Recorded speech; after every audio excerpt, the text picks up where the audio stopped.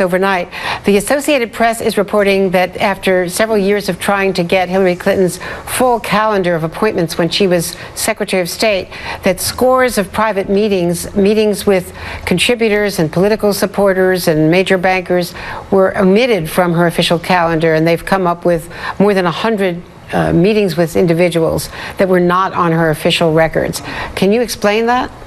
Well, the issue here, Andrea, is that during the years when she was Secretary of State, there were multiple iterations of her schedule that were made available for different purposes. There was a public schedule that was made available to the media every day. There was an internal schedule that was made available to employees within the State Department.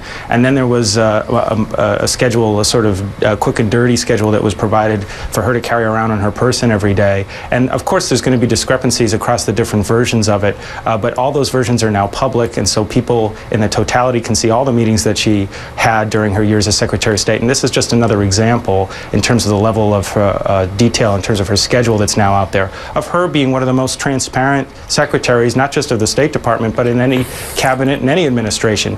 She's put more emails out there than any cabinet secretary ever. The extreme level of transparency on her schedule now, with all these different versions of it being out there for the AP to analyze and be able to produce this report. So I think in general the public has a rich amount of data to survey to take full stock of what she was able to do as Secretary of State, and we're proud of that record.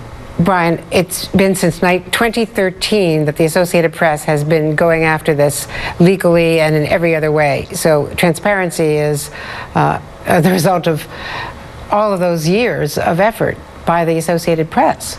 Well, many of these types of meetings that the AP was most interested in were already available in some of the existing public schedules that were released, as well as the ones that were subject to FOIA and made available years earlier. But like I said, there were multiple iterations of this schedule. Of course, there's going to be discrepancies. In some instances, meetings were taken off the schedule at the last minute, and so they were removed from one copy but not another. So there's various reasons why there might be innocent discrepancies across the different versions.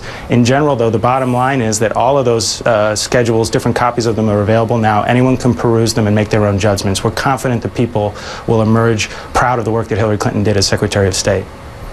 Thank you very much, Brian. Thanks.